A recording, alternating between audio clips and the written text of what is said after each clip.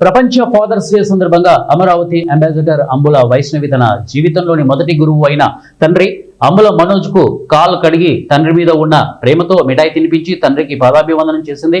ఈ సందర్భంగా అంబుల వైష్ణవి మాట్లాడుతూ చిన్నతనం నుండి చేదుడు వదుడుగా ఉంటూ తనను అంటే అమరావతి అంబాసిడర్ గా చేసిన తండ్రి మనోజ్ రుణాన్ని తీర్చుకోలేమని అన్నారు.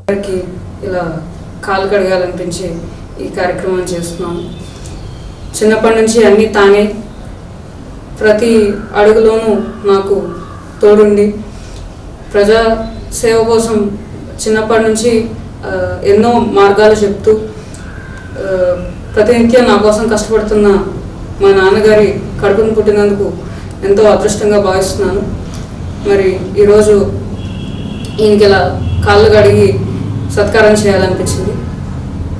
ముఖ్యంగా ఈరోజు ఫాదర్స్ డే సందర్భంగా మా మరణానంతరం అవయవదానం చేయాలన్న ఆలోచనతో ఈరోజు నేను మా నాన్నగారు ఆర్గాన్ డొనేషన్ కూడా చేస్తున్నాము.